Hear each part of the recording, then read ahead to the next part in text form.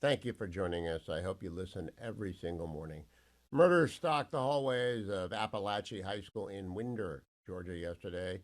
A 14-year-old who will not be named by me murdered four people. His classmates, Mason Schermerhorn and Christian Angulo, and two teachers, Richard Aspinwall and Christina Irami. The teachers were aged 39 and 53. The ages were not given for the student victims. Four dead, nine wounded. None of them are believed to be in life-threatening condition. Terrible. What is maddening is that local authorities had been tipped to this kid last year. They went to his house. They interviewed him and his father. His father assured him, I have hunting weapons, but he can't get to them. And they left it alone for 18 months. So the pot boiled for 18 months and he killed. I don't know what you can do about this except put on your card, the police department. That kid is odd. We're going to go back every 3 months to check on him and do that. No way around it. If you knew that there was a problem child and there were guns in the house, you can't take the guns away. No red flag in America will do so because it's illegal for a 14-year-old to have guns. But that is not a comfort to the victims yesterday. There have to be vigilant authorities. Notice that the shooter was stopped by a police officer on campus. Some accounts say a school resource officer. Well, they're police officers. There needs to be, it would have been much worse had the police officer not been on campus. I guess there were more than one. There might have been two. Every high school and junior high in America needs armed police on the campus. We can afford that. We have to do that. The other big story this morning is that someone attacked the Israeli embassy on the anniversary of the Munich Olympic massacre in 1972. Gun battle outside of that. The Israelis take that day off, so the attackers are stupid, but they usually are. No one was killed, but the battle is over. And many leaks from the White House that it's Netanyahu's fault that we don't have a deal in Gaza. Don't believe that. It's not true. Ron Dermer, probably the most influential person to Netanyahu in the country, other than his wife Sarah and his son, came out and said, we will withdraw from Gaza in phase 2 at some point. Now, whether or not there's ever a phase 2 is up to Hamas. But phase 1 is release of the hostages. And they are still dickering over how many killers get out of Israeli prisons. But there is no impasse. There's a terrorist organization that's on the ropes. That's all that is. And leaks from the White House to put pressure on Netanyahu to say they'll leave Gaza in phase 1 are ill-advised. They should not leave Gaza in the Philadelphia corridor. They should not leave it because that is the lifeblood. You can talk about it in a few years after Hamas is well and truly dead and gone from the Strip, but Hamas cannot remain in the Strip. And all the attempts to blame Netanyahu are ill-advised. U.S. job levels fell to the lowest level in 3 years, and the markets responded. I'll talk to you a little bit about that in the next segment when I do the market report. But let me tell you about my Fox News column this morning. The title of it is Self-Evidence. Morning Glory. Kamala Harris lacks the minimum skill set to be president. The follow-up headline, Harris meets the Constitution's requirements, but she has not demonstrated the minimum skills needed to serve as commander-in-chief. The column, Vice President Kamala Harris lacks the minimum skills necessary to serve as president. This conclusion also means she lacks the skills to be the commander-in-chief of the military.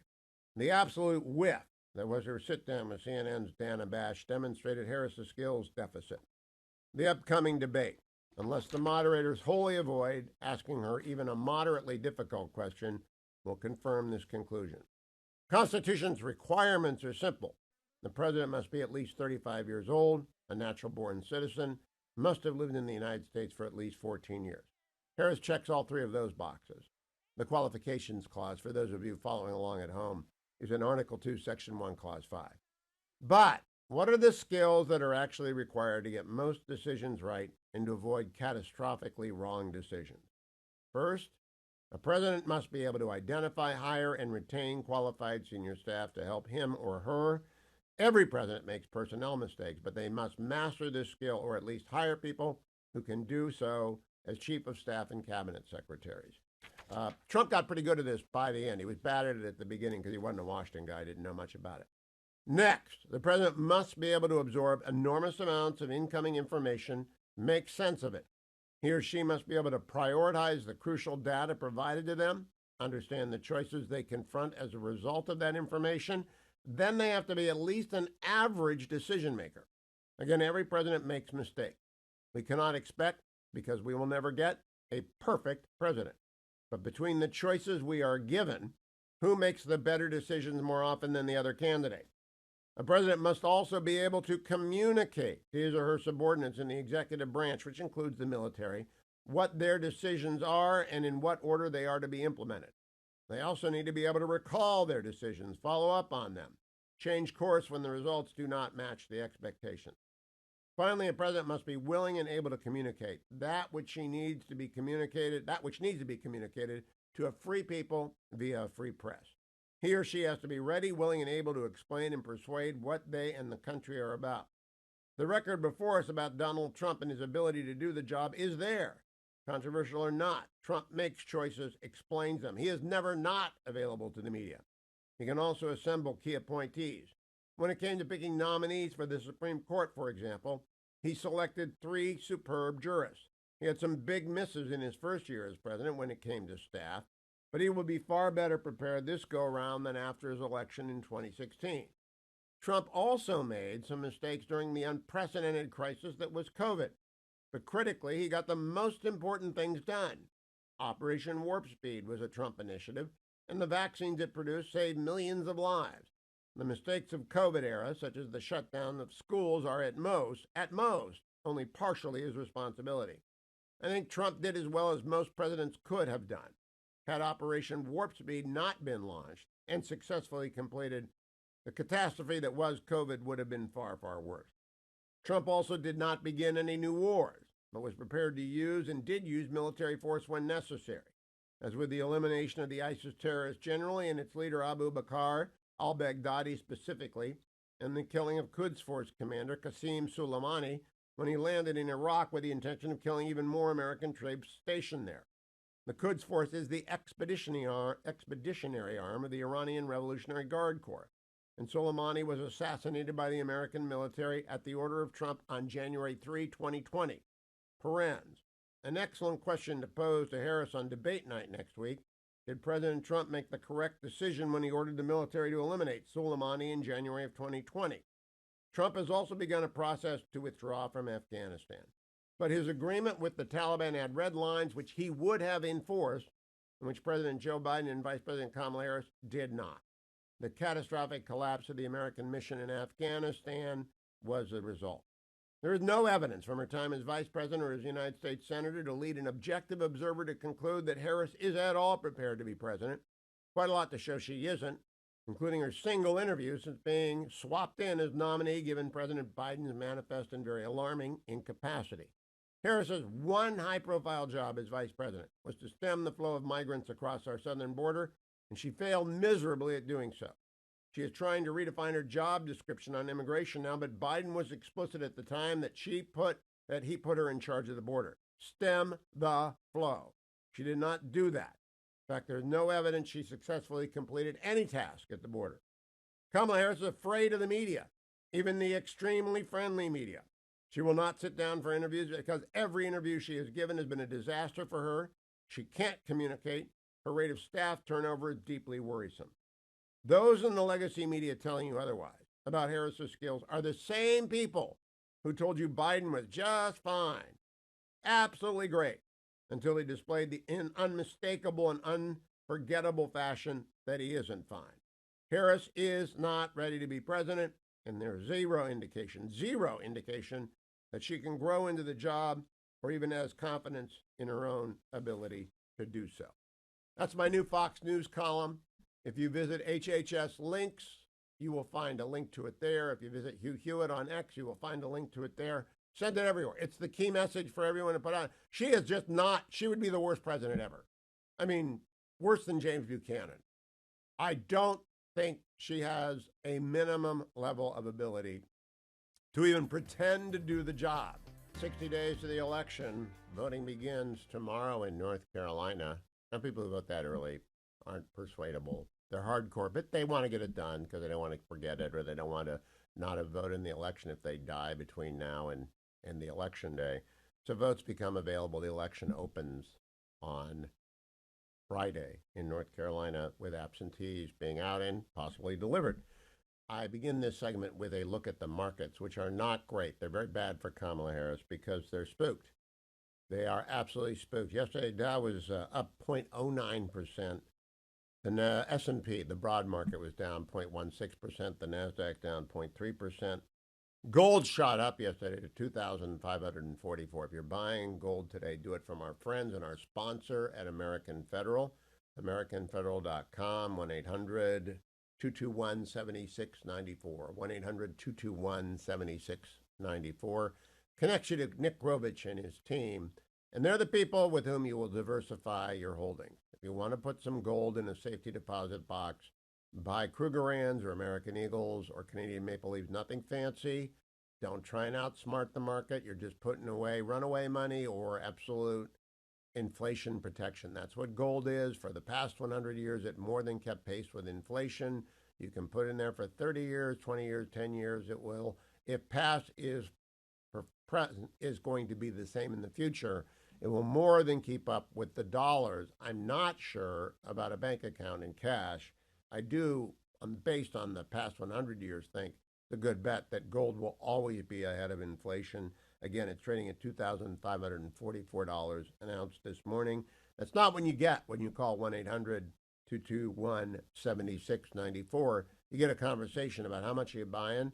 Here's our commission. How much do you want to sell? Here's our commission. Straightforward. You cannot.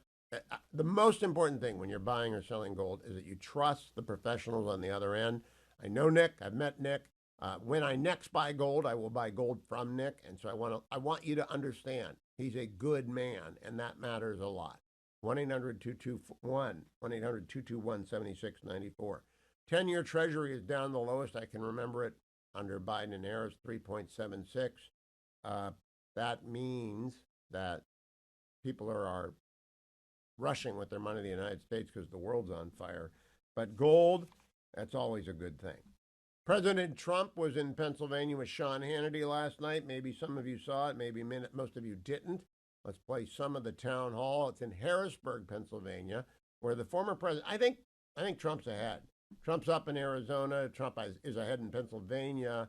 I believe we've got a new poll this morning showing that McCormick and Bob Casey, for the first time ever, are tied. So that matters a great. There it is.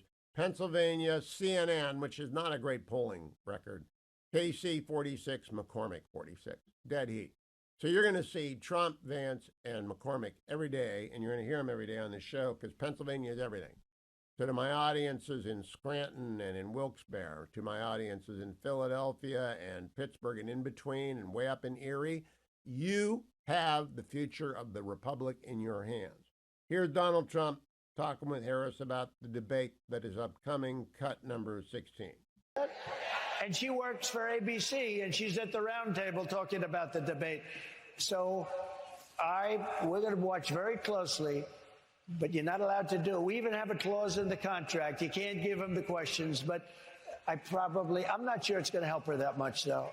I think you might give her the questions and give her the answers with the questions. I'm not sure it's going to help her. I don't know.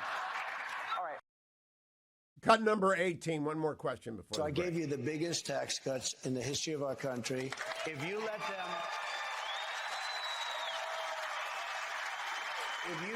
the Trump tax cuts expire, which she wants to do, she wants to terminate them. If you do that, you will suffer the biggest tax increase in history. There's never been a tax increase like it. On top of which, she wants to add a lot we'll of come tax. back with that. Selena Zito is going to do double duty with us at least twice a week because Selena Zito's columns get to the heart of everything going on in Pennsylvania and the surrounding region, but especially in the Keystone State. Good morning, Selena. How are you? Good morning, Sunshine. How are you? I am great. Thank you for joining me this morning. I wonder what your reaction is to the one CNN poll that came out yesterday that stunned me. Casey 46, McCormick 46. I was surprised. I thought Dave would not close. Dave McCormick would not close until October. I wasn't stunned. Well, probably because I follow this every day. But Casey was only going to get to a number and then stall. And McCormick, because he was unknown, had the ability to move. And McCormick has been doing that arduous duty of showing up in places that matter. You and I talk about this all the time. Erie, Luzerne, places very similar to Ashtabula in Ohio or Trumbull in Ohio. And these are the places where these races are decided. And as he shows up, people see and hear him. Casey has been a fixture in Pennsylvania politics since 1996. He's held statewide office since that time. But people don't, interestingly enough, if you look at the polling data, they don't know much about him. Where McCormick has had this opportunity to introduce himself to the voters. Casey has tried to make this about residency. That didn't stick. He's tried to make the race about snackflation. That didn't stick. And so it was inevitable that voters would start to pay attention to McCormick. He's a fabulous candidate. Dave is a fabulous candidate. I'm looking forward to that. Soon I'll be calling him Senator, not David. Let me now do, I love this. This is like play-by-play with Selena on Pennsylvania stuff. Former President Trump sat down with Sean Hannity in Harrisburg yesterday, and I want to play for you some clips as we go through, Selena, and get your commentary. The first one is the longest, but it's about fracking. Donald Trump last night in Harrisburg, Pennsylvania, cut number 17. So the Commonwealth of Pennsylvania cannot even take a chance because that's the real opinion from her. Now, the whole country would go down the tubes if you didn't do the fossil fuel thing. It just would go. And you can do all sorts of other things. But, Germany tried it, and it lasted for about 9 months, and they were going to go down the tubes entirely. And somebody else came in, and I hate to say they're building a coal plant every single week, and they're building nuclear, and they're doing a lot of things. It's never worked. It never will work. But Pennsylvania can't take a chance that answer is true. But she's been there for 20 years. That's what she's been saying for a long time. And she will do that. There's no chance that she's going to allow it. The election will take place. If she won, you're not going to have any fracking in Pennsylvania. You have 500,000 jobs. Think of that. It's your biggest business. And you get a big majority of your income from fracking. And you have somebody that's not going to allow fracking. She's not going to allow it. You can't take the chance. You have no choice. You've got to vote for me. You've got to vote for me. All right, so Selena Zito, what do you think? Does that appeal work? He had a huge crowd in Harrisburg last night. He did. That's the second time he's in Harrisburg. I would have actually been there last night, except I had to get up early to do this lovely show with you. That was a great answer. It was a little self-deprecating, a little humor in it, and it was the right answer. Fracking, hydraulic fracturing is a big deal in our state. It employs directly, I think, 150,000. However, when there's 7 jobs associated with the industry indirectly, and that leads up to anywhere between 5 to 700,000. That's not even counting the farmers who get royalties from it. And you contrast that with today. Tim Walz will be in Erie, right? He's doing a rally where they're trying to get Pittsburgh Democrats to go to it. I don't know what that means, other than maybe they're not getting the kind of response that they expect. All their events are invite only. So, in Erie, in 2 weeks, it's going to be the big shale convention right at the spot where he's going to be. It would be an opportunity to say, look, we're going to lift the ban on LNGs, liquid natural gas, that the Biden Harris team put in place in January. And this proves that we are supporting fracking. But I highly doubt they're going to do it because if you're going to say you support fracking, but your values on climate change have not changed, then you are talking about out both sides of your mouth, and people will go with what you've historically believed. Yeah, she's been anti-fracking for 8 years. She had a conversion allegedly on CNN. I don't believe her. I don't think Pennsylvania believe it. Let's go back. Donald Trump talking more broadly here about what 2024 is about. Cut number 19. Not that different. It's still about the forgotten man and the forgotten woman. The people are being treated horribly in this country. We're a country that's being laughed at all over the world. And I'll be honest, if Joe Biden would be a great president, I would be happier than being the worst president in the history of our country, because I want to see what's good for the country. And I would have been very happy. I have very nice places I could be. This is not easy. I got shot at. I got hit. I could have been all over that place. I could have. But you know what? It's very simple. And it starts with make America great again. That's what we have to do. What do you make of that answer, Selena Zito? Well, look, here is where Donald Trump shines when he talks about the forgotten man and forgotten woman. There was a reason that in February of 2021, he showed up in East Palestine and he walked around in galoshes. I kid you not, I have pictures of him handing out bottles of water and cheeseburgers. Despite his growing up with money with his parents, he has always held this connection with the forgotten man. And 42 miles away from East Palestine is Butler, right? He understands to show up and have those people feel heard. He understands the sense of place and rootedness. And so that answer doesn't just pertain to Pennsylvania. It pertains to places all over the country. You and I have talked about this a million times. He's talking about Ashtabula. He's talking about Youngstown. He's talking about these places all across the country where Republicans and Democrats don't show up and ask to earn their vote.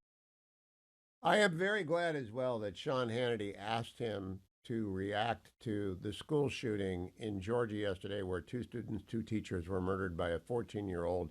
And Donald Trump was asked about it. This is what he said, cut number 20. Well, it's a sick and angry world for a lot of reasons. And we're going to make it better. We're going to heal our world. We're going to get rid of all these wars that are starting all over the place because of incompetent American leadership. And we're going to make it better. Viktor Orban made a statement. They said, bring Trump back and we won't have any problems. He was very strong about that. So we're going to hopefully do very well. We have an election coming up. And actually, they keep saying 60, but it starts in Delaware and North Carolina and other places a lot sooner than that. So I think we're going to be very well set up to do a great job. And do we love Pennsylvania? Do we love it? So his total answer, Selena, is it's a sick and dangerous world. I am going to bet $100 that David Muir and his colleagues will open the debate talking about school shootings. And Kamala Harris will say we need to ban AR-15. And Donald Trump is going to say, well, I got shot at by an AR-15, and that's not the answer. What did you think of his answer? Just, it's a sick and dangerous world. Well, I mean, you still, as someone that has covered him for a very long time, same with you, you can still see the impact that shooting has had in his expressions, right? And that answer, speaks to the problems that we have in this country that go beyond the devices that are used to hurt people. People are going to, if your mind is not right, if things are not going right in your head, you are going to use what is ever available to commit whatever heinous crime you want to commit. And that's the sort of danger and sickness in all across the world. We don't effectively and meaningfully address mental illness. We haven't since we started taking institutions away. I'm not saying that those institutions were perfect, they were far from perfect. They needed reform. However, there are people out there that need help, and we're not helping them. And the oftentimes, not always, but oftentimes they end up with tragic results because they've not been treated. Let me play now. Cut 21. Donald Trump is talking with Sean Hannity about the illegal migration problem. Cut 21.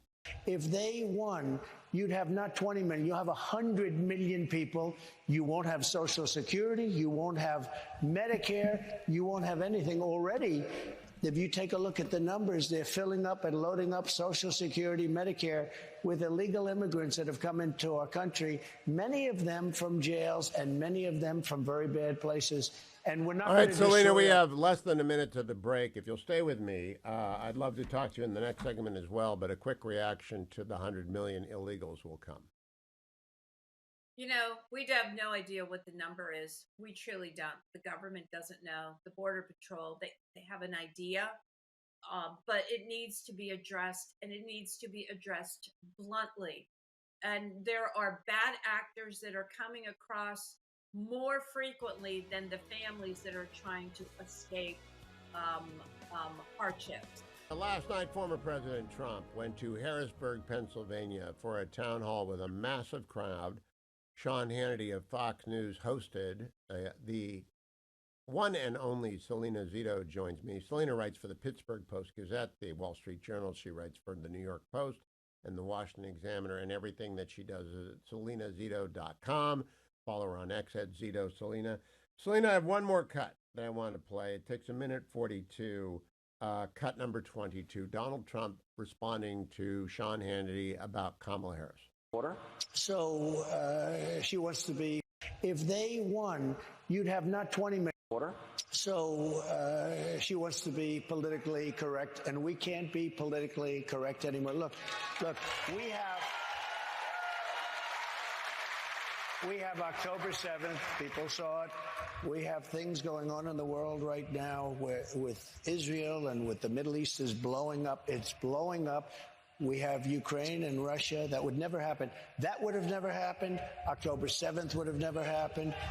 If I were the president, it would have never happened, and everybody knew it. Iran was broke. They didn't have the money for Hamas and for Hezbollah. They didn't have the money for anybody. They wanted to get by. And we would have made a fair deal with them. I was only looking to make a fair deal with them. But, I wanted to say it so much during my term. We went 4 years without any blow-ups. We had no World Trade Center blow-up. We had no radical Islamic terror. We had no radical Islamic terror. Because we were very tough at the borders, and we were very tough with our statements, and we had the whole world was a safe place. That was the question they asked Viktor Orban, who's really considered a very strong. They said he's a strong man. Sometimes you need a strong man. He's a strong man. He's the prime minister of Hungary. And he said, you bring back Trump, everybody. Now, I'm not saying it, but he said it because I'd rather say respect. But he said, everybody was afraid of Trump. You bring him back, you're not going to have any problems. It's all going to go away. The world is blowing up. So, Selena, Harrisburg has got 50,000 people. It's the state capital. It's the 9th largest city in Pennsylvania. What do you make about his choice to go there and his assertion there that the world will calm down? Does that resonate all across the Keystone State? It does resonate across the state. He was in the Farm Show Complex. It is an iconic building. There is not a farmer in our state that has not been through that complex, beginning as a child with the 4-H or the FFA, right? And so there's an emotional connection, first of all, just being in that building. And Harrisburg, like Pittsburgh and Philadelphia proper, is one of those blue dots in the state. However, the county is not, and the counties that surround it are not, and those counties are the ones that are going to make the difference. I say this all the time. Pittsburgh and Philadelphia, and to a smaller part, Harrisburg, have the larger populations in the state. But there is a ceiling. Where this election will be decided are in counties that surround those cities. The margins in those counties, just like in 2016, were able to place Trump over the top. In 2020, there was a myriad of different reasons, but Biden, because of his history in our state, was able to pick off some of those working class and bring them back to the fold. But I think that Biden and Harris, Biden was already struggling when he was still running, and Harris has to date not been able to connect with those voters. And I've So also I not have a seen. hypothetical. I want to ask a hypothetical before we run out of time, Selena. If Kamala Harris had Rachel Maddow host a town hall, and obviously you'd have magnometers, et cetera, but no ticket, no invitation, no busing in, could she fill that arena in Harrisburg? I don't know because every event in Pittsburgh has been by invite only, and you've been bussed there if you weren't already there. So that is my struggle as a reporter trying to cover her and understand what her coalition is. These events have been tightly controlled. It is invite only. It's traditionally been union people and or the committee people that have been invited or activist. So I don't understand what the enthusiasm is for her among independent voters, right? Quick, Selena, I just went, you're younger than I am, but I just went to my 50th reunion 7 miles from Pennsylvania. The union guys are for Trump. I mean, I it's know. not even close.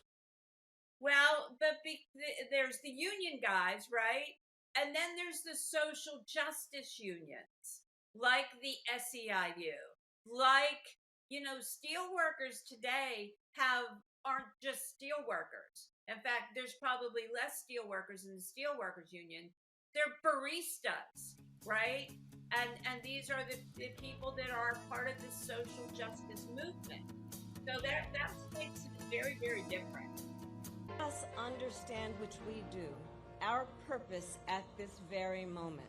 Let us remember the broad shoulders upon which we stand and the traditions of this very fight that have led to what we have been able to accomplish. Morning glory, America. Bonjour, hi, Canada. If you can imagine 4 years of that, you're a better person than I can. Hugh Hewitt here. I am joined by Noah C. Rothman, senior political writer for National Review. Noah, very basic question. I wrote a column about this at Fox News this morning. I do not believe Kamala Harris has the minimum skill set to be president. Do you?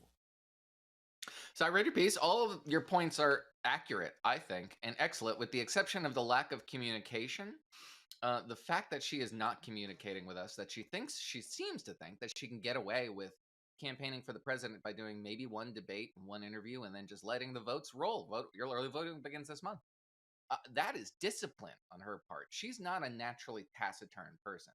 That clip tells you all you need to know about her. She's an over communicator. She talks before she has a thought to express and keeps talking until she finds the thought she wants to express.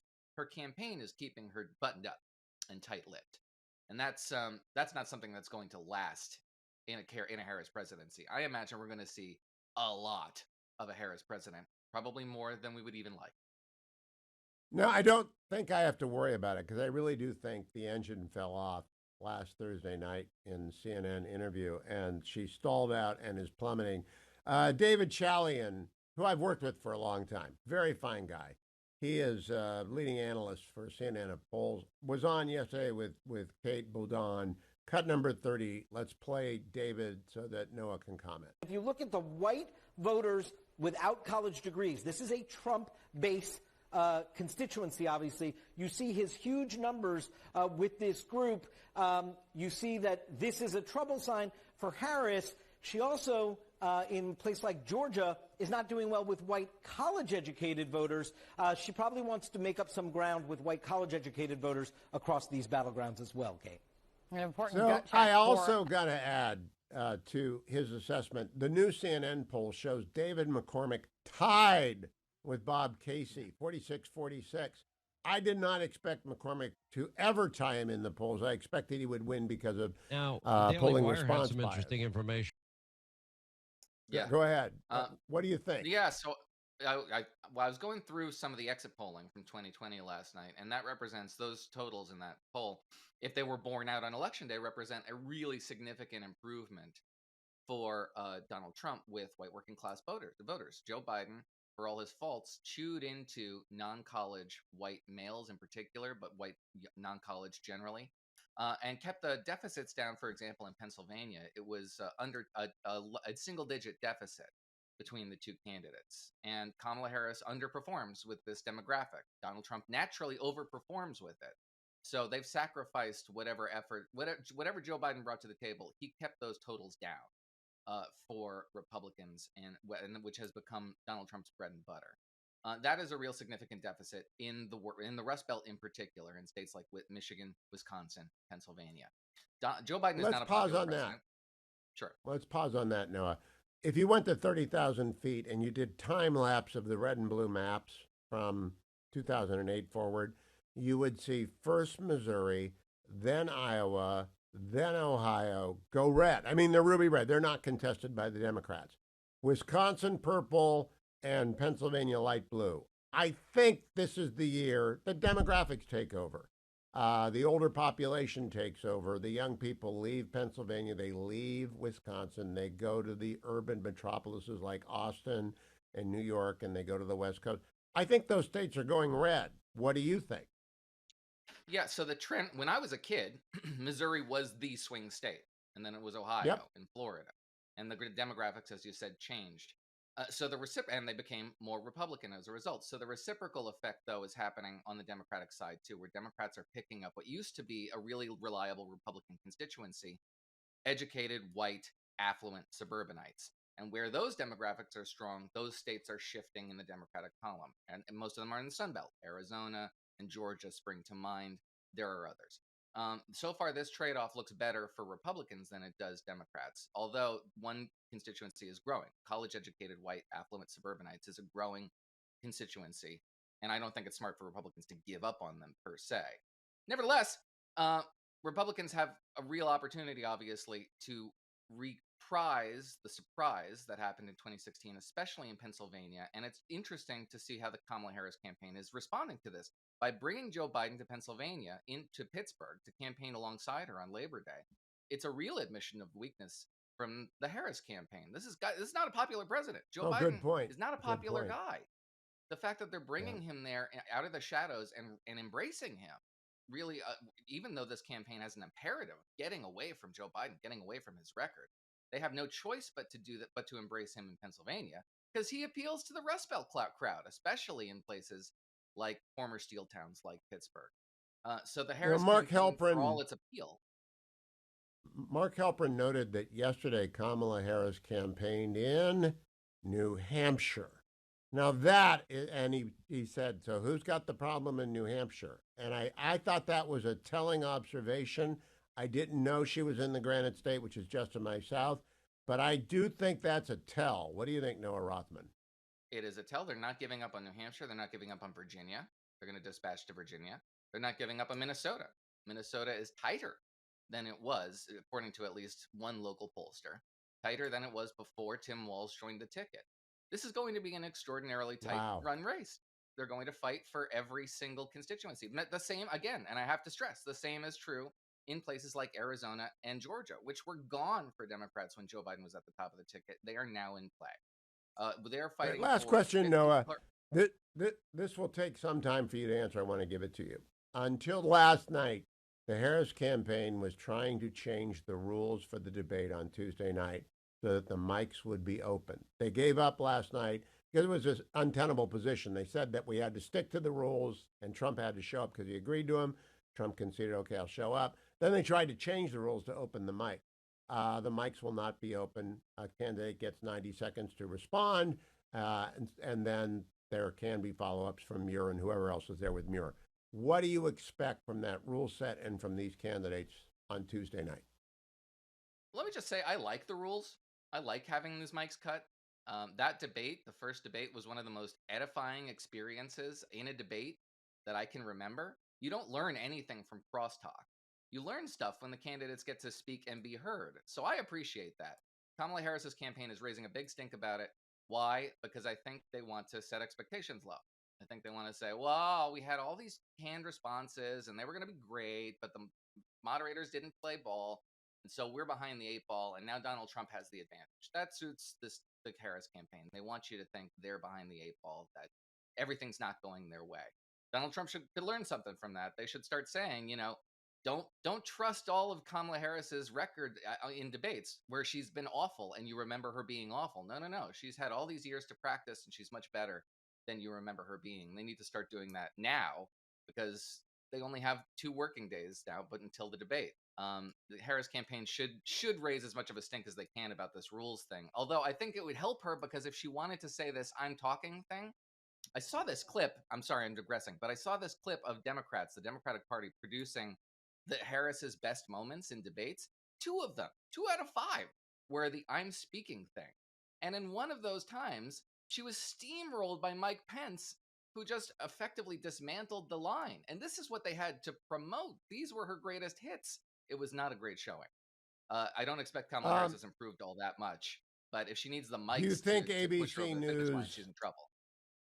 Do you think ABC News will ask good questions? I interviewed J.D. Vance yesterday. I had help from Matt Continetti and help from Mary Catherine Ham and from Dwayne doing my question set. So they were straightforward, objective, direct questions. Do you think ABC will do that? I don't know. I kind of don't think so.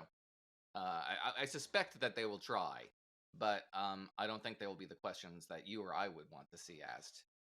You were I saw one of your questions on social media. It was a great question. One I would like to see is, at what point is there a threshold at which the use of overwhelming military force is necessary to protect American citizens in the Middle East who are dying?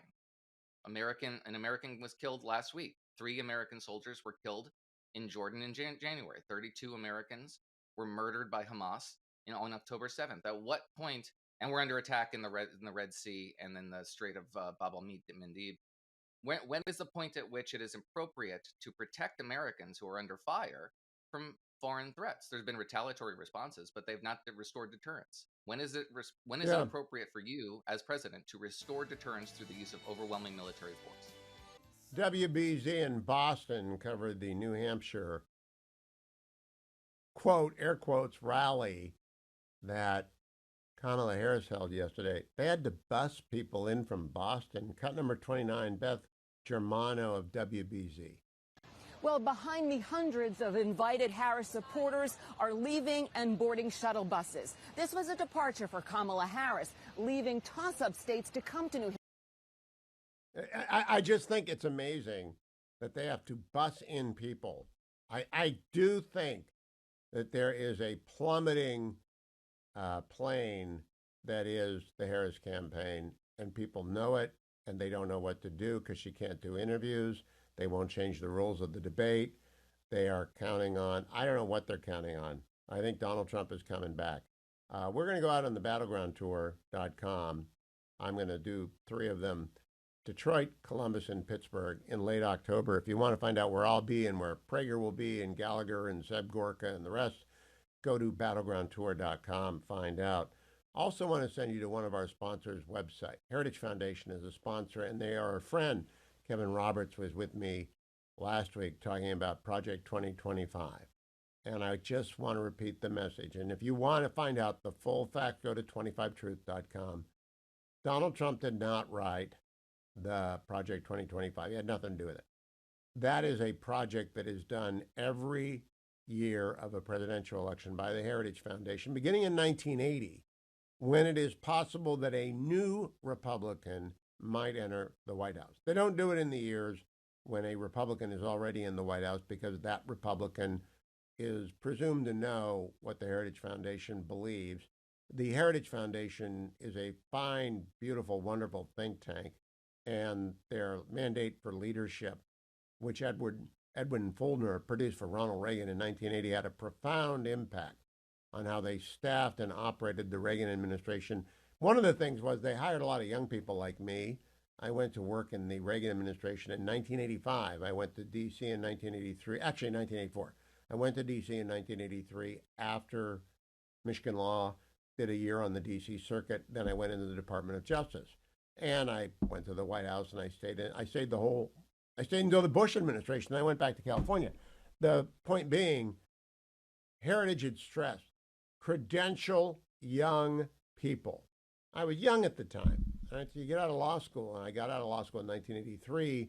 I was 27 and clerk until I'm 28. Young lawyers want to clerk on the D.C. circuit. That's the best place to land. I did not get a Supreme Court clerkship. Other people did. What am I doing now? They had this emphasis: bring in young people whenever you can who have credentials and credential them up. So I went to Justice, then Ricardo, who's now retired, down to the Cuban hot dog stand and driving range, and Fred, who is his financial advisor. Fred tells him what kind of buns to buy. Those guys brought me to the White House. Then I went to NEH. Then I went to OPM, and I ended up as the acting director of OPM after being confirmed by the Senate. So I just stuck around for 5 years. That's Heritage. And so I've never not loved Heritage because they stress every Republican administration has to credential and train up young people who are willing to serve and actually put the agenda forward. That's what Project 2025 does. They also have policy propositions, many of which I agree with, some of which I don't. It depends on what kind of a conservative you are. I am a Reagan con, all right? I am a free markets, free minds kind of guy, except with regards to China, and I'm a national security conservative first. All you need to do is go to 25truth.com to actually find out what it's all about. Can you give me your read on the John Thune versus John Cornyn race to lead the Senate? Because I think the Republicans will have a majority in 2025, and one of those two men will replace Mitch McConnell. What have you picked up on who is ahead?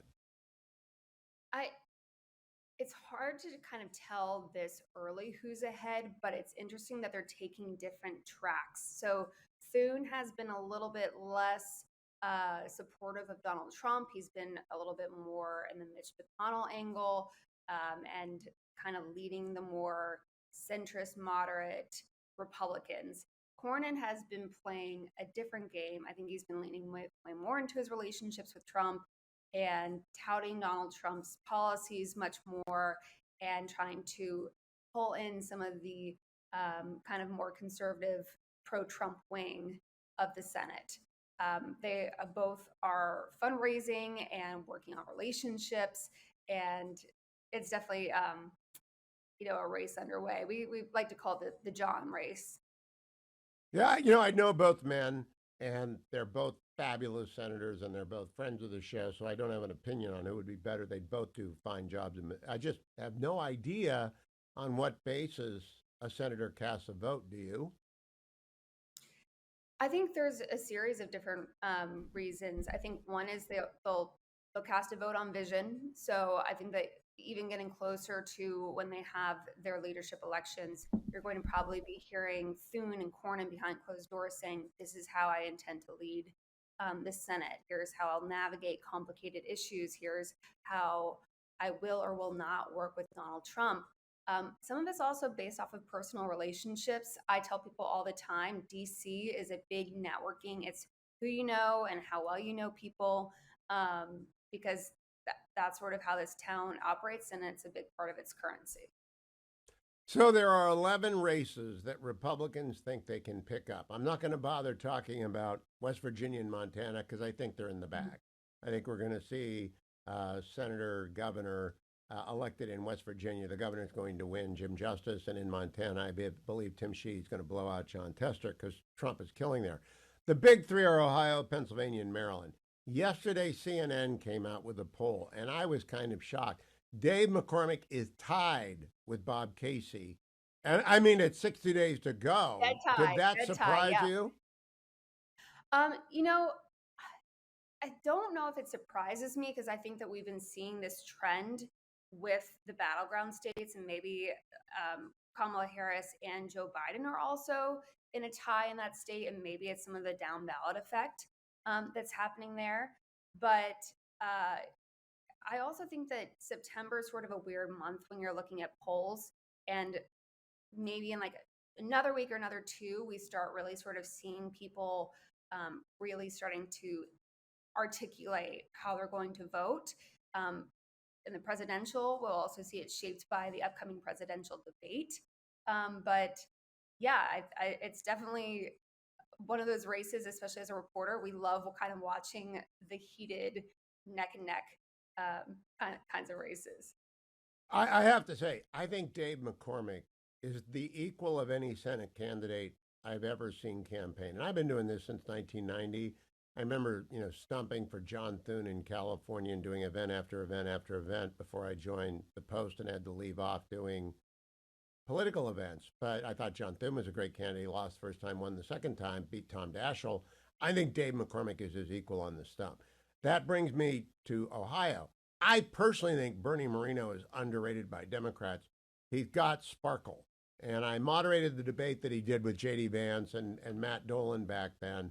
I think he's got sparkle, and I think having J.D. Vance on the ticket helps him. How do you view Moreno versus Sherrod Brown, who I like to say has never had a real job? He has never not worked for the government. State legislature, Congress, Senate, 50-plus years getting the government to pay his dollar. I just think Ohio is going to just turn him out. It's time. What do you think? So there was a moment during the primary when Moreno pulled out, the Democrats did this celebration, and what it's hard to tell is whether they really think they had a better shot of beating Moreno or if that was just sort of a messaging ploy. But they were kind of hoping Moreno would pull out. They felt like he was a little bit more of a conservative choice, and they wanted to contrast them. And the incumbent has shown a real talent for being in these heated races and navigating through and pulling out successfully. So that's also a really tough one. I get asked all the time what I think about these races, and as a reporter, you don't want to step in some doo-doo by predicting when really it's going to be really close. And I do think what happens on the broader presidential stage is going to also influence them. Yeah, let me go out on a limb. Since Ohio went red, Sherrod Brown has not had to be on the ballot with a presidential candidate. He's never been on the ballot at the same time that Trump pulls everybody out and the turnout turns up. I think that'll be over early. I'm going out on a limb. I think Ohio is going to elect Bernie Moreno early. Let's talk about Maryland. Larry Hogan was on last week. I've loved Larry forever, even though he's a Ravens fan. The guy was a very popular governor. Crime in Prince George's County, where Angel Brook, Ashla, how do I say her last name? Is it Ashbrook or I'm blanking on it too? I can't remember. But Larry Hogan, everybody knows Larry. I think he's going to win, but I don't have any data. What do you know? What do you hear? So he has incredible name recognition, and I think that if any Republican can pull it out, people think it's going to be Larry Hogan. He's been very careful about how he works with Donald Trump and how he sort of aligns himself when he criticizes. And that's a kind of strategic approach for a state that is white, purple, blue, and has these like very blue metropolis areas. So he does have a huge advantage there. I think that we're going to see some wild spending, which we already saw. I think also Brooks' race was I think the highest primary in terms of spending, and it was not her herself, but her primary challenger. So we're going to see, but I think that Hogan is supposed to be probably the best kind of Republican candidate. The only kind who can win in Maryland. Maryland's a deep blue state, but Larry Hogan was a phenomenally successful governor. Let's talk now about the ones that the Republicans are behind but gaining. Arizona, yesterday CNN said, to my surprise, Kerry Lake's only 3 points behind Ruben Gallego, but Ruben Gallego is really a radical. Nevada, Sam Brown has not closed to single digits, according to CNN, yet. I think that's crazy given that Trump's 5 points up there. And Michigan, where Mike Rogers is a fabulous candidate from Michigan. Wisconsin, Eric Hovde, I always say his name wrong. Eric Hovde is closed to within single digits. New Mexico, not yet. Domenici down there is a big name. And then finally, Virginia, which is the longest of the long shot. Of those 6 races, Arizona, Nevada, Michigan, Wisconsin, New Mexico, and Virginia, which ones do you think the Republicans have the best shot in? Oh, that's a good one.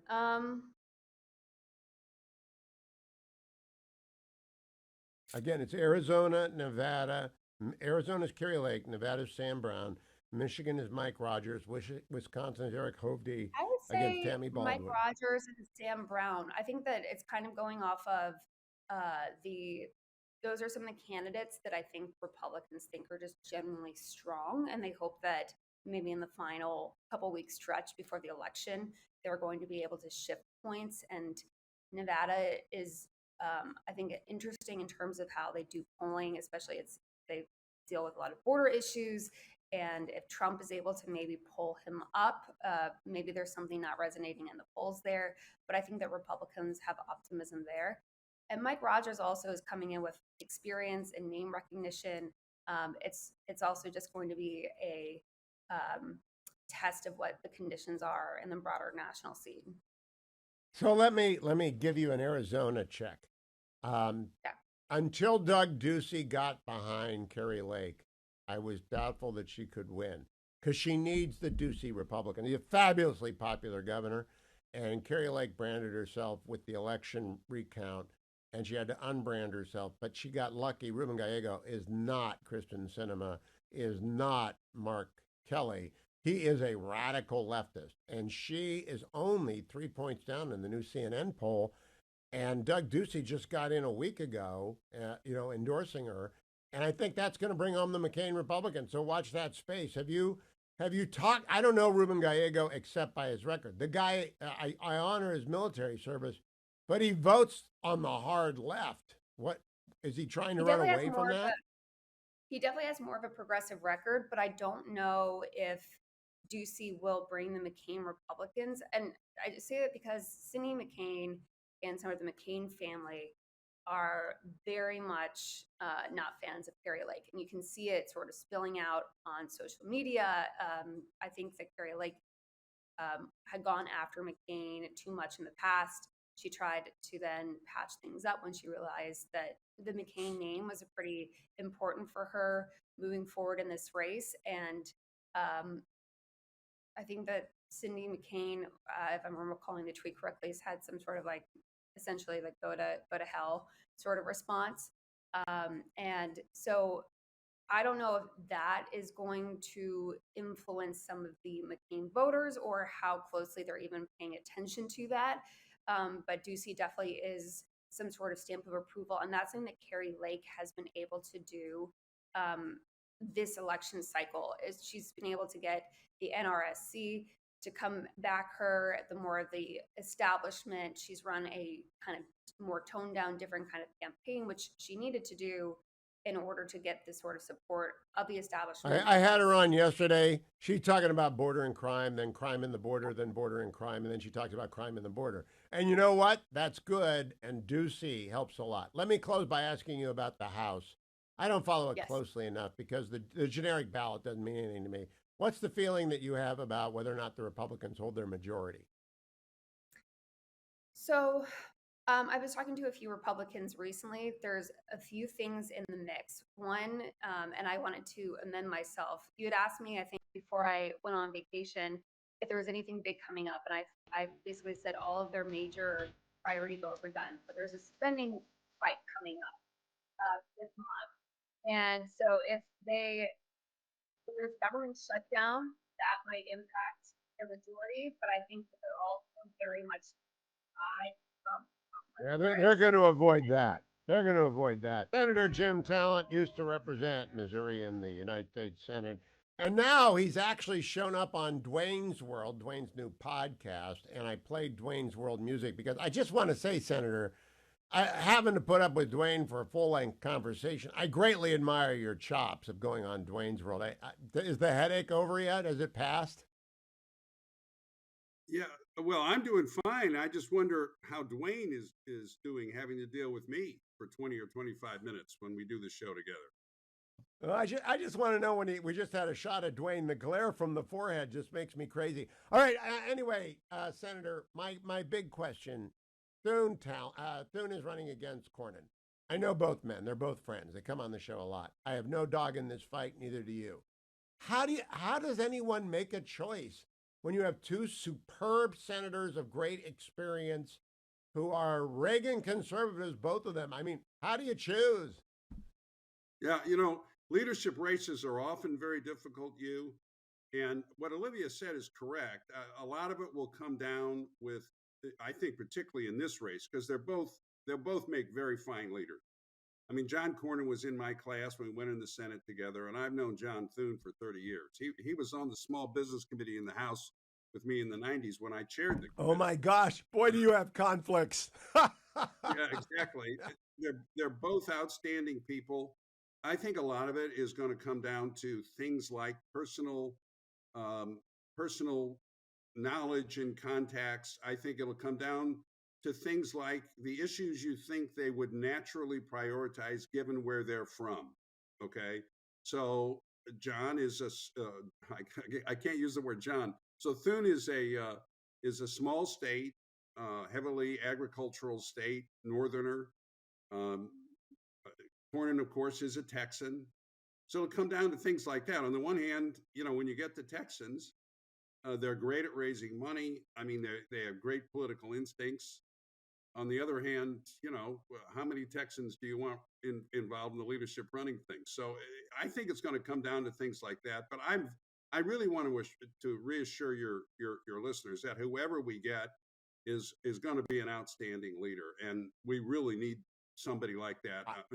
McConnell's shoes are difficult to fill, obviously, but either one of them can do it. And I had guessed that you were going to tell me, well, if John Cornyn wins, X gets to become the chairman of this committee, which means Y gets to be the chairman of that committee, and Z becomes this committee. But if Thune wins, X becomes this chair, Y goes here, and Z goes there. Because there's stuff I just don't know that depends upon the very arcane seniority rules. Yeah, exactly. This is not the House. Okay, so it's not like if in a speaker's race, there's a lot of truth to that, although actually decisions are made by the steering committee. The speaker has disproportionate influence, but he doesn't control it. Okay, but in the Senate, that's done by seniority. So it's more going to be a question of in terms of how they do the job. And Olivia mentioned this, and she's right. How effective are they at herding the cats in the Senate? How much do the colleagues trust them? Oh, that's good. Trust is a big deal. I wanted to go very quickly to my sense that the engine has fallen off the Harris campaign. And I think the numbers that came in from CNN yesterday, like McCormick being tied in Pennsylvania, the Sean Hannity, Donald Trump event in Harrisburg last night, JD's interview with me, I just think momentum has completely left the Democrats. And I'm trying not to be a homer here. I'm not trying to make wish father to the deed. What do you think objectively? Well, I think your predictions are coming true, and I think they were very sound. I like the way you have focused on Dave McCormick because I think he's going to help Trump in Pennsylvania. That could be the subject of a whole interview. He's clearly, he's running for the second time. He's surrendered to the race, as I call it. He's working very hard. My major concern is I think the Trump campaign should plan on the assumption that this upcoming debate will be the most biased debate in terms of the moderators that we've ever seen. And so I am not all a bowl of cherries over this debate.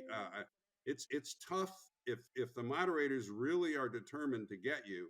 It's tough to handle a debate. Now that's your area more than mine. But I think the best response, Jim, I think if that comes to pass, ABC will lose its credibility. I hope you'll stay with me over the break, and we'll bring Dwayne in at the top of the hour. The best response to that is for Donald Trump to ask questions of the moderators, not of the vice president. David, are you ever going to ask her about the fact that when she was named to run the border, she was charged with stemming the flow? Are you ever going to ask her how many people are in the country illegally? Are you ever going to ask her if she's going to close the detention centers? Are you ever going to ask her about Medicare for all? I do it every time for 90 minutes. You get 45 minutes. I would just ask the moderators questions to ask her. What do you think? Thumbs up or down on that approach? Yeah, I think that's a very good tactic. And Donald Trump is a good debater, and I think he's measurably a better candidate this time around. I've been watching him. He uses humor better, he explains better, he pivots better. That's a lot to ask, though. I mean, for a man who's campaigning every day, there are ways of dealing with it, but it's a high bar, it's a high hill for him to climb. I'm going to bring Dwayne into the conversation during the break. We'll post it all over at my YouTube channel, which you can find via HHS links on X, or Hugh Hewitt on X. Stay tuned. Jim Talent is Jim Talent on X.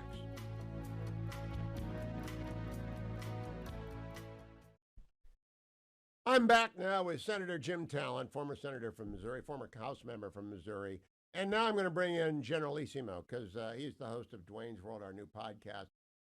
Jim, just honestly tell me, how bad was it? I mean, was it being like dragged behind a truck to go on Dwayne's World, or was it like your boat capsizing, or was it like a particularly painful dentist appointment?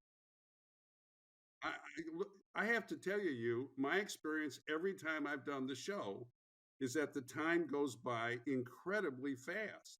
I mean, I look down at my computer and my gosh, we tape these things at around 4:00 my time on Tuesday afternoons, and I look down at the clock on my computer, and it's 4:35 at 4:40. Although we've had to be more careful since you went to the new format, because I think I'm limited to like 25 minutes, but it goes by like a snap. I mean, I'm searching. Does he ways stick to the questions I give him? I give him questions for you every week. I just want to know if he's sticking to the script.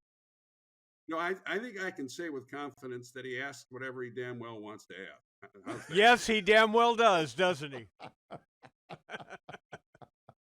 Jim, I'm now this is a question about. In fact, you at the beginning of the last taping, at the beginning of the last taping, he said, "Well, this is a place where I get to ask what I want to ask." Or he said something like that, didn't you, Dwayne? I think you did. Yep, I started the last episode by saying, Hugh's got highly concentrated Hugh. He's got the Hugh-niverse. Right. He's got the Hugh Hewitt Show. He's got plenty of he writes columns for Fox News. He's got plenty of venues with which to opine what he thinks about things. This is my time. This is still the Hugh Hewitt Show. Though this is my time for Jim to answer to both of us. I have a theory that podcasting is going to be the final blow at legacy media. Blogs arose and disintermediated a lot of legacy media in the early aughts.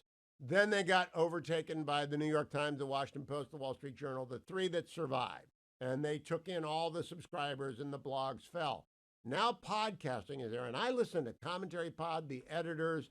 I listen to Getting Hammered. I listen to Dan Senor every single episode. And I think podcasting, like Dwayne's World, is new. It's absolutely new. And highly concentrated Hugh has been around for a year or so. What do you think, Jim Talent? Does podcasting present a mortal threat to legacy media? Yeah, I think that's a very plausible hypothesis, Hugh. And I'm not trying to dodge the question. I just think with developments in internet-based media, there's constantly new things. But the obvious the obvious advantage of it is that the people who want to can tune in and get a more in-depth discussion than you're ever going to get on legacy media, particularly the way they run legacy media. I mean, I do think the bias of it. I mean, if you went, for example, I mean, the polls show that legacy media still has credibility with a lot of Democrats. But I think if you had a cup of coffee with many of those Democrats, they would say, well, yeah, if they were telling me a fact on something that mattered to me outside of politics. In other words, I think they're watching the shows that that have a message that is consistent with their worldview, which is perfectly reasonable. I mean, everybody does that, but that doesn't mean that they trust them on issues of fact outside of that that are important to them. I hope that makes some sense. So I think they've really hurt their credibility. I think they go so far, that it hurts the Democrats. I mean, I made this point on the pod that if they had not been so sycophantic to Biden for 4 years, they would not be in this mess with Harris, because Biden couldn't have run. Let me get Dwayne in here. Dwayne, I don't know what the pickup rate on Dwayne's world is. It took off like a rocket, but I think it's because you talk to people like Jim Talent, who I never see on cable. I don't know if that's your choice, Jim, or if cable just doesn't want a serious Reagan conservative. He's like my own personal poli-sci professor. And it's the greatest thing in the world to have him on every week, being the color commentator for what's going on. I would add to the conversation, by the way, in regards to media, I think that legacy media is its own mortal threat to legacy media. Picking up on what Jim said about their bias, they've hurt their own credibility with enough of a chunk of the American population that I think every time they swim in this tank, they're doing themselves in. They're doing my job of trying to separate from media and being a more credible source. My job is a lot easier every time Dana Bash does an interview like she did. So, Senator, last question. I call you Senator, by the way. He calls you Jim. I just want you to note that. That's because we're friends. I'm polite to my guests.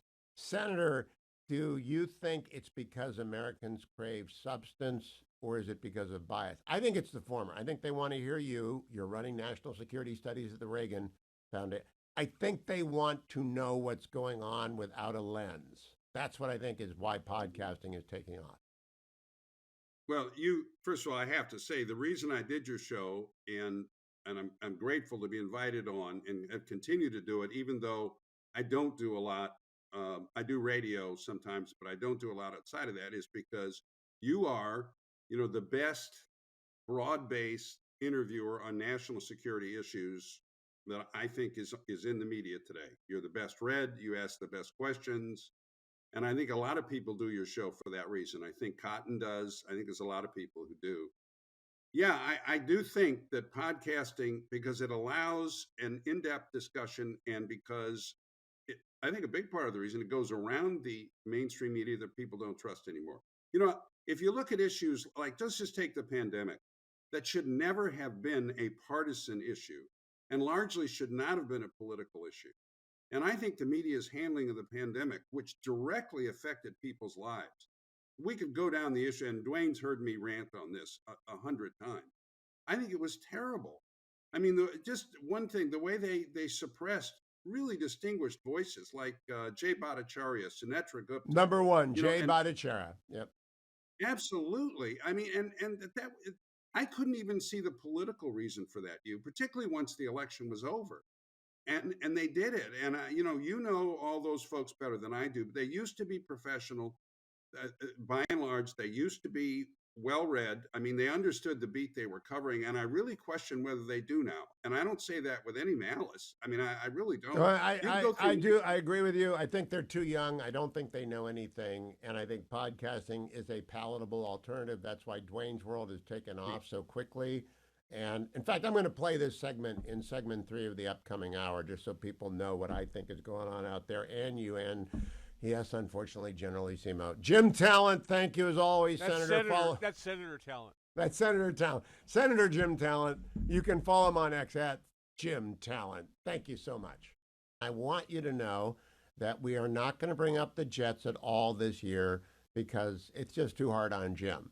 Jim, beginning of the season, I have a prediction. The Browns are going to win the Super Bowl. What's your prediction for the Jets? Actually, I have no idea what to expect this year. On paper, everything is there. Aaron Rodgers' Achilles tendon appears intact. Everything's great. And if you're a Jets fan, you've learned this is when you should not feel good. This is when something is going to go terribly wrong.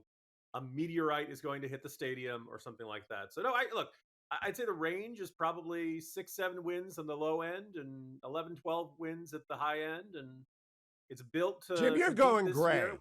You're going gray. I'm completely white. I say I am completely white-haired because of the Browns. I think the Jets have done your grayness to you. Or is it your boys? No, it's definitely the Jets. They, look. So I am blessed with two great parents. Dad is 84 now, getting up there in years, and he got to see the victory in '69.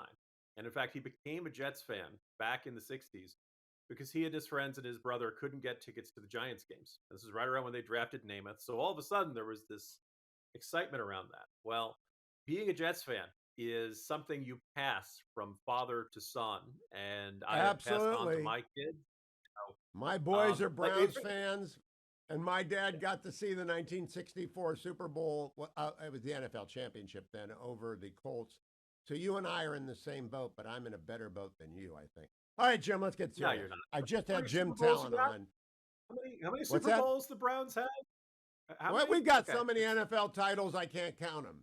We got so many NFL titles, I can't count them. How many Well, Lombardi that's because trophies? it's Oh, a sorry, I can't marketing. see you by That's a marketing brand. That's like a new non- brand of Doritos. All right, Jim, I just had Jim Talon on. Dwayne has begun a new podcast at my request called Dwayne's World, and it's shot off, and Jim Talon's on it. I just put the proposition. You have 3 martini lunch, and you also have the editors at National Review.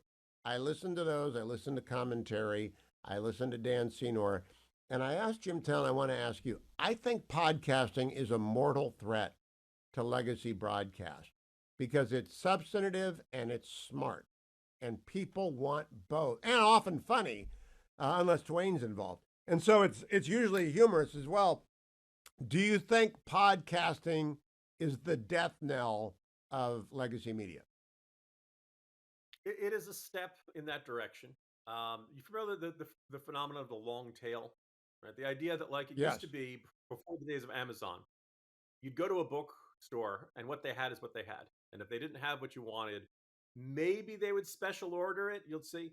Now you go on Amazon, and never mind what Amazon will sell you. Amazon will connect you to every used bookstore in the world, so you can effectively, if there's a copy of that book out there, you can find it. Now I know there are non-Amazon sites that will do that. I realize not everybody is as huge a fan of Amazon as I am. Dueling Six Demons and the rest of the Dangerous Click series is only available through Amazon, so that's why one of the reasons I'm a very big fan of that. But the idea is that you can get anything, and that all the barriers to reaching that mass audience are gone. I don't mean to begrudge the talk radio industry, but let's say there was Rush Limbaugh, who was the living legend, and put him up there on the Mount Rushmore of conservatism. He built them And there was all. you. I've just got a storefront in it. Yep. Yep, and there were a bunch of really good ones, particularly I'd say 90s into the 2000s. But I think you'd agree, Hugh. There were a lot of people who were doing Rush's shtick not as well as he could, and 100%. generally these people, they did not last in the industry very long. They did, brother, you will, and I salute you. Doing a show every day is really hard. I'm glad you mentioned 3 Martini Lunch on there. It's just Greg and I. Occasionally we have guests. We had Tevi Troy talking about his new book and Die Hard. Like we love Tevi. He's a brilliant historian, but really he's as much of a crazed Die Hard fan as we are. So like a third of our interview was I know. why Die Hard. I didn't expect the Die Hard podcast. I love Tevi's book. He's been a guest. I thought you'd go deeper, longer than I did with him, but you ended up talking movies and Bruce. Look. I mean, as far as I'm concerned, Hugh, there is the Bible, Old Testament and New, the Declaration of Independence, the Constitution, and Die Hard. Those are the 4 pillars that build Western civilization. And that's a little tongue-in-cheek, but we really talk about why Die Hard, resonates in a way that, a bunch of other action movies do not. I recommend that it's the 3 use of Martini the Lunch device. pod to everyone. But anyway, so like first of all, like if we had a show on Fox News, no offense to Fox News or on any traditional cable network, would they be okay with the conversation segueing into a discussion of Die Hard for like 5 to 10 minutes? Maybe not, right? Because podcasting is generally just the hosts. Maybe there's a producer, maybe not. You just do it and you see what people like, and sometimes it hits, sometimes it flops. One of the things people love about the 3 Martini Lunch is we're probably 20 minutes most days. Maybe it goes long, It goes to 30 certain ones. People say it's perfect for my walk, it's perfect for my commute. I don't mean to be poo-pooing anybody whose show is an hour or more. The editors usually goes an hour and change. But the thing is that there is a momentum to it and a freedom to experiment that a lot of big media traditional venues just aren't built for that This kind is of. why, by the "Hey, way, let's try this." I've got Ruthless merch behind me and Ruthless podcast, and I want HBO to option Ruthless because they'll get a bigger audience than Bill Maher. Now, they can't be on my radio show because they use words that will get me fined by the FCC. I have Josh Holmes on, but I'm careful about Michael and Smug, et cetera. But if they just took that show and put it on HBO, it would take off like a rocket because it's funny and smart. So Bill Maher has had his own transformation, but there is this entire tone. I think, Dennis Miller, as I used to say, is my spirit animal. But there was this entire kind of snarky, edgy, willing to poke fun at sacred cows that political correctness and or wokeness, or however you want to really put an impetus on. And I'm trying to think there was some sports writer who got a show on HBO. And in the promo for his show, his last line was, "And I think sports owners should pay for their own dang stadiums." He didn't use dang. He used a word you probably don't want me to use on the radio. No, and I remember don't. thinking, okay, that's like the safest position you could possibly take. There are very few people who are, yes, we should have taxpayer funding of stadiums, and it's awesome. I'm one of them. I'm one of them. Browns do not leave Cleveland. Cleveland give them all the money. Don't let them leave. I'm one of them. Hugh, I'm ending this interview. No, but semi-seriously, this was supposed to be the edgy, in-your-face, I've got the guts to say it and nobody else does, except it was the most non-controversial point he possibly could make. God, I can't remember. He was with the Globe or something? I can't remember. His I never whole saw thing that was show. like, I've got the guts to say, what nobody else is willing to say. But there was no edginess to it. There was no, and I think that when I saw that, I was like, okay, the standards of political correctness and wokeness or whatever else you want to call it, have actually drained snarkiness, have actually drained genuine edginess, because anything that's genuinely edgy is probably going to run up against one of the sacred cows in Hollywood. And you can't do that. And Ruthless. So that's Ruthless is going to do that. Now I got to get one quick question in. I wrote a column for Fox News today, not the Post, which is Kamala Harris does not have the minimum skill set required to be president. Very simple question, Jim. Do you think she has the minimum skills? She meets the constitutional requirements. There are 3. She's 35. She was born in America, and she's lived in America for 14 years. She meets the constitutional bar, but do you think she has the minimum skills to actually do the job? By the standards you and I grew up with, no. But Hugh, Biden's been in a coma for the last month and nobody noticed. J.D. Vance and I talked about it's genuinely a constitutional crisis. He is incapacitated. Yeah. As I said yesterday, Kamala Harris should be the president of the United States. And everyone gasped. Yes. And what I meant was, this afternoon. I don't mean elected in November. That basically Joe Biden should not be president. His weird story of Molly Maguire on Labor Day. God. Which he ends with saying, "I wish my great-grandfather had killed more people in the Union." What? This is just, look, this is, as everyone's experienced with a grandmother, grandfather, any elderly relative, this is someone who isn't there the way we're used to. And, you shouldn't be president. So by that standard, Kamala Harris is fantastic. I do not know what time most of you people get up. I'm a 4:30 a.m. riser, sometimes 4:45. I got up a little bit later today because Tony and Denise had us for dinner last night. We stayed out late because Denise, Dr. Denise, we call her, because she is Dr. Denise, served the perfect Hugh Hewitt meal. Steak, corn, and potatoes, and ice cream. So I was like in seventh heaven. Tony Two-Speed, otherwise Tony known as CRE. Tony CRE is the best commercial real estate guy in the state of Maine. I learned a lot about Maine last night, and I also learned about when a giant paper plant goes out of business, how do you get rid of the stuff inside of it? And I got smarter, and I appreciated that. Let me tell you this. What I just discussed with Jim Garrity and with Jim Talent you're about to hear is that the mortal threat to broadcast television is podcasting. And it's growing more mortal by the minute. The reason I encouraged Dwayne to start Dwayne's World, and many of you have now followed it, and I appreciate that. The reason I do Highly Concentrated Hugh is a lot of people can't listen in their cars or in the morning when I'm on live, and they don't want to listen to the whole show, so they get Highly Concentrated Hugh, or they'll go to my YouTube channel and they'll pick the video they want, and for whatever reason, they like Dwayne. So Dwayne's World is the new podcast, but I kept Jim Talent a little bit longer today to talk about podcasting. And then I thought, you know what? The whole audience should hear this. So let's play the tape. Before I do, though, I want you to know I live what I preach every single day in order. I listen to commentary when it posts. I listen to the Ruthless podcast. Getting Hammered is only a couple of times a week. The Editors is 3 times a week. Call Me Back is 2 or 3 times a week.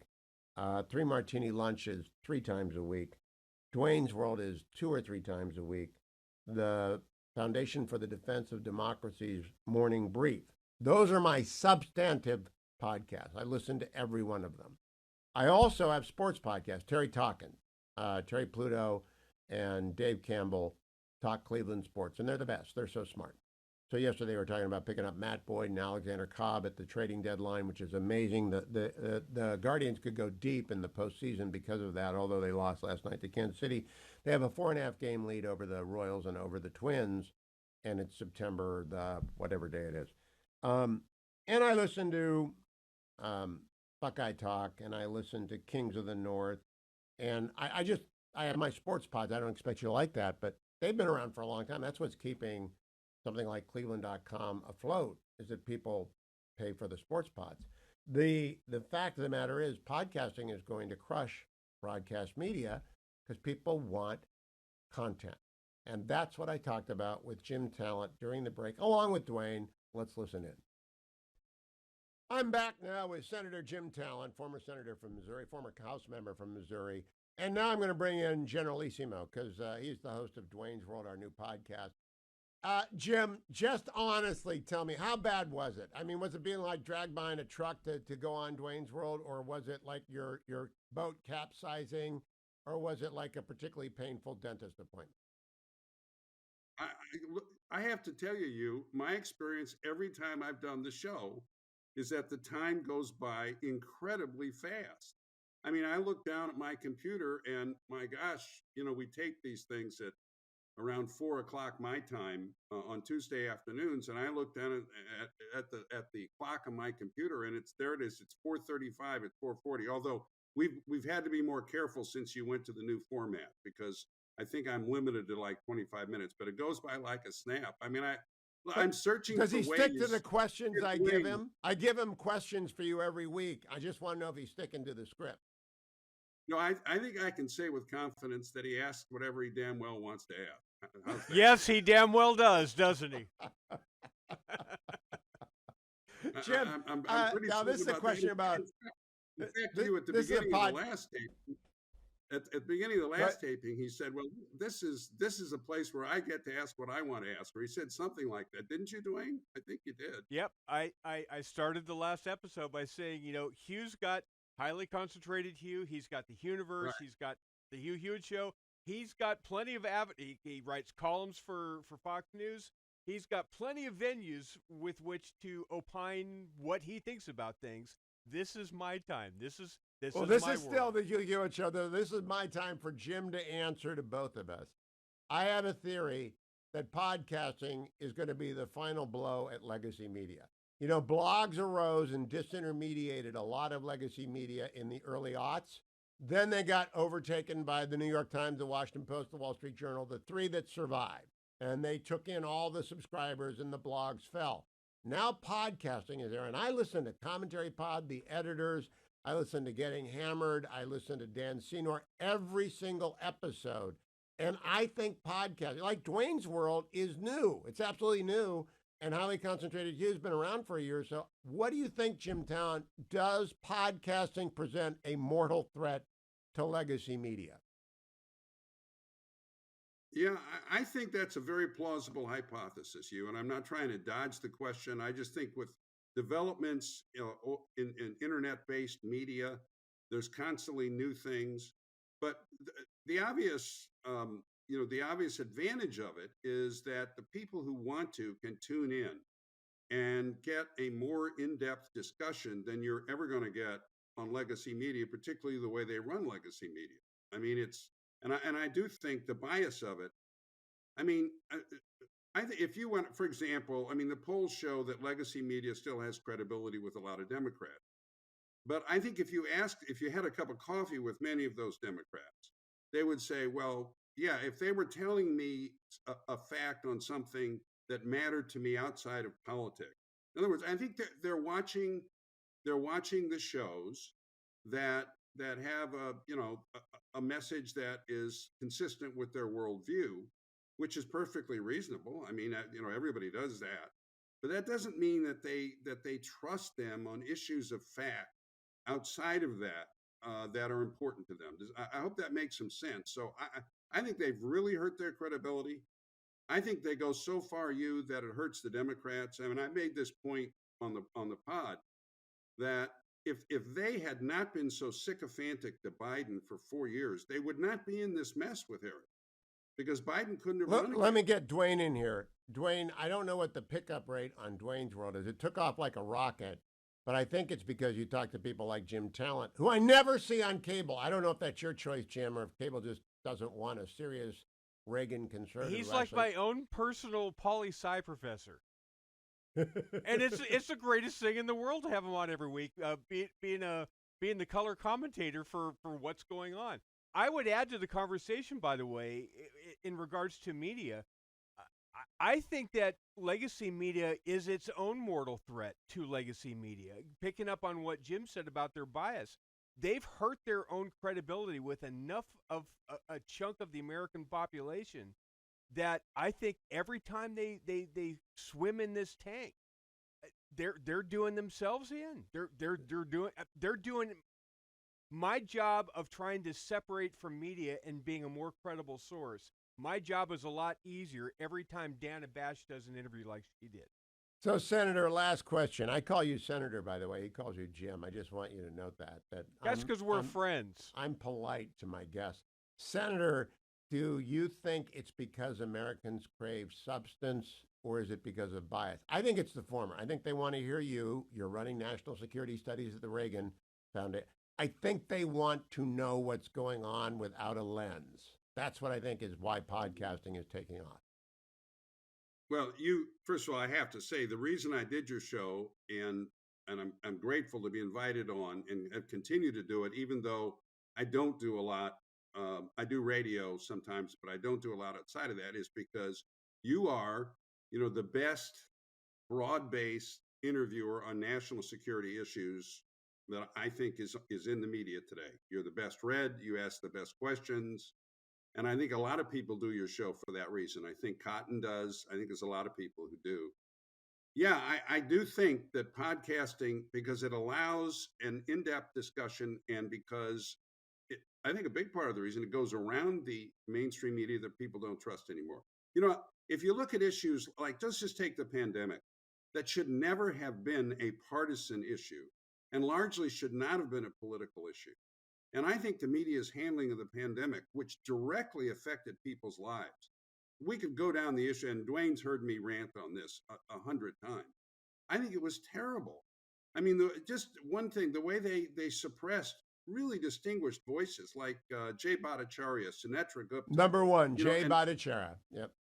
Absolutely. I mean, and that I couldn't even see the political reason for that, particularly once the election was over. And they did it. And, you know all those folks better than I do. But they used to be professional. By and large, they used to be well-read. I mean, they understood the beat they were covering. And I really question whether they do now. And I don't say that with any malice. I mean, I really don't. I do. I agree with you. I think they're too young. I don't think they know anything. And I think podcasting is a palatable alternative. That's why Dwayne's World has taken off so quickly.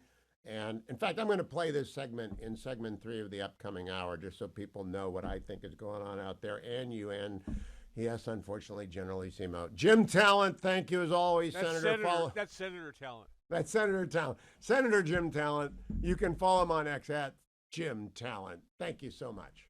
Josh Kraushaar is editor of Jewish Insider. Josh, I've read all the headlines this morning out of Israel, and it seems to me that they have publicly broadcast they might leave the Philadelphia corridor in phase two, but they're not leaving before phase two, and the U.S. agreed to that. What the hang up right now is who they won't let out of jail. Am I reading it accurately? Well, you're not just reading it accurately. That's now the U.S., the Biden administration's assessment. If you read the readouts from a top national security official in the Biden administration that the Wall Street Journal and I believe the Washington Post reported on this morning.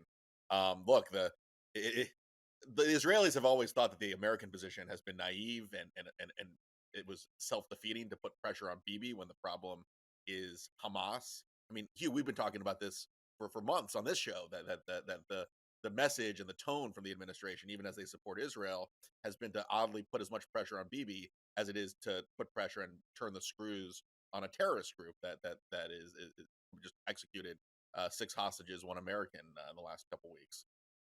So that's interesting that you're seeing the White House now start to reassess and almost come closer to the Israeli position, and they acknowledge, if you read the reporting out this morning, Hugh, that it's not just about the Philadelphia corridor, that they want like every violent murderer in Israeli jails to be released. I mean that there's not they're not going to the Hamas is not going to take yes for an answer. Is the increasing assessment from the American side. So I just want my audience to know, even though mainstream media, legacy media isn't doing this, the Israelis have gone as far as they are willing to go. They are not going to let some prisoners out because they know they have some future Sinwars in prison if they let them out. And that's where we are. And unless Hamas changes its demand, there will not be a ceasefire. And that's fine by me, Josh. And I'm pretty sure it's fine by Trump. Is it fine by Kamala Harris, or is she still putting pressure on Israel? Well, we don't know, and we've gotten a lot of mixed messages out of the Harris campaign and from the White House. After the murder of the 6 hostages over the weekend, Hugh, Harris put out a statement that actually differed from Biden in that it said, and the first time we heard anything like this from the White House in a long time, that Hamas could not be allowed to stay in power. But then the next day, she put out a statement saying she supports 100% that Bibi needs to agree to a deal that's both a ceasefire and hostage release deal that by itself could allow Hamas to stay in power. So we have gotten all kinds of mixed messages from both the White House, but especially from the Harris campaign. I think it's very notable, Hugh, that we parsed the Biden and Harris statements on the hostages very closely. The fact that she felt the need politically to say Hamas couldn't stay in power, but as vice president, as part of the administration, she is not taking that position, shows that politically she's vulnerable on this subject, and there are a lot of Americans seeing an American slaughtered. And hearing Hirsch Goldberg Poland's story, and I heard his parents at the convention, the Democratic convention, and to understand like the outrage in a lot of corners in this country about how this was handled. I think she realizes that there's a political vulnerability there and needs to sound. I think the engine has fallen off her plane. And when I saw the CNN poll today that shows McCormick tied with Bob Casey, it tells me Pennsylvania is turning Republican. Last question, Josh. On the show yesterday, J.D. Vance told me that Governor Walz is, quote, a little too close to Hamas, close quote. And he referenced the very radical elements in his state. It got no news pickup. Did you see it anywhere? Because, I mean, that's quite the incendiary thing to say, that Walz is a little too close to Hamas. Yeah, I mean, I think it's not. Look, we've done reporting at Jewish Insider about the meetings he's had with that Governor Walz has had with imams that have, defended the October 7th attacks, that have put all kinds of vile anti-Semitic propaganda on their social media feeds. And that's a problem, and it should be reported more aggressively. I'm sort of stunned that it isn't getting more pickup and more coverage. That said, like I don't think the governor is pro-Hamas. I think that he's just, frankly, he didn't say pro-Hamas. He said, exact quote, a little too close to Hamas, and I think he's referring to those imams you're just talking about. And you have reported on it. Is there an article at Jewish Insider about Hamas and radicals in Minnesota that I can go read? Because I think Walz does have a vulnerability here.